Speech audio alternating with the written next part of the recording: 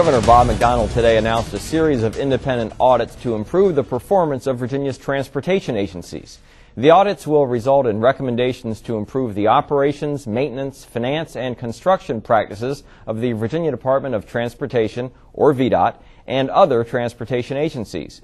The governor says he wants to find long-term funding for transportation, but first, work is needed to improve public confidence in our ability to manage our current transportation dollars.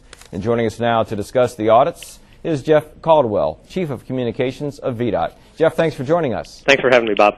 Now, Governor McDonnell says we must restore the credibility of our transportation programs in the eyes of the General Assembly and the general populace.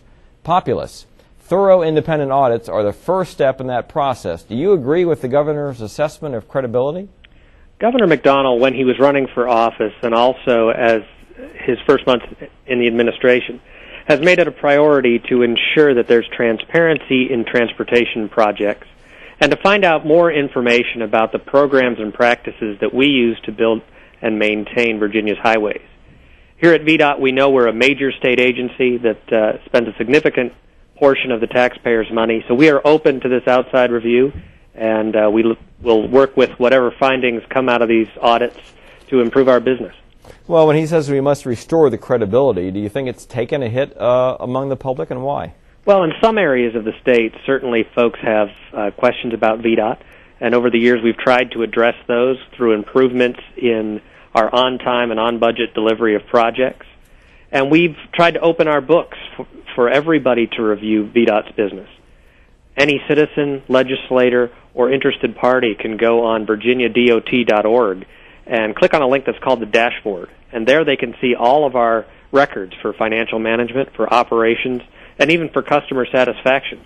We want taxpayers to be sure that they're comfortable with the investment they're making in transportation, and we're opening our books to allow people to do that.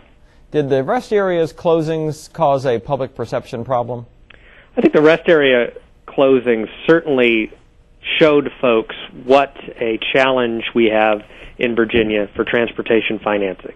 That was not an easy decision for VDOT to make at the time, but we were addressing a major financial shortfall.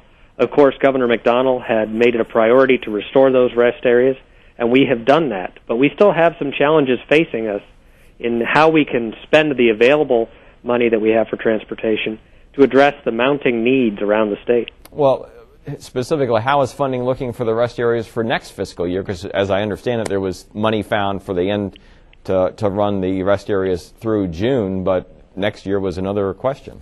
We did use $3 million from our emergency maintenance reserve to reopen the rest areas and operate them through the end of this fiscal year, which does end June 30th. We then have to find somewhere in our maintenance budget $7 million to operate the facilities next year. We have pledged to Governor McDonnell that we would find that money within our budget, but we don't exactly know at this point where that funding is coming from. We're going to revise our maintenance budget here this coming spring, and it will be adopted by the Commonwealth Transportation Board in June. Between now and then, we have work to do to find that funding. Among the audits, an independent performance audit of operations and maintenance practices at VDOT will be conducted. Do you think savings will be found? We hope that this review will show the strength of our program, but hope that it also may come up with some methods that we can use to improve our efficiency. We're not blind to that here. We'd love to improve in any way that these audits tell us that we can, to try to stretch the limited funding that we have available as far as it can go. Is there a timeline for these audits? Well, they're all on different schedules. The governor announced 4 independent audits that are taking place, but we hope this work will begin very soon, and the goal is to complete these audits over the next several months so that the governor and his staff can make the transportation policy decisions necessary in the coming months and as the General Assembly convenes next year. Do you think this will satisfy some members of the GOP that have been critical of VDOT as far as not allowing an independent audit in the past? We have had several audits over the past several years.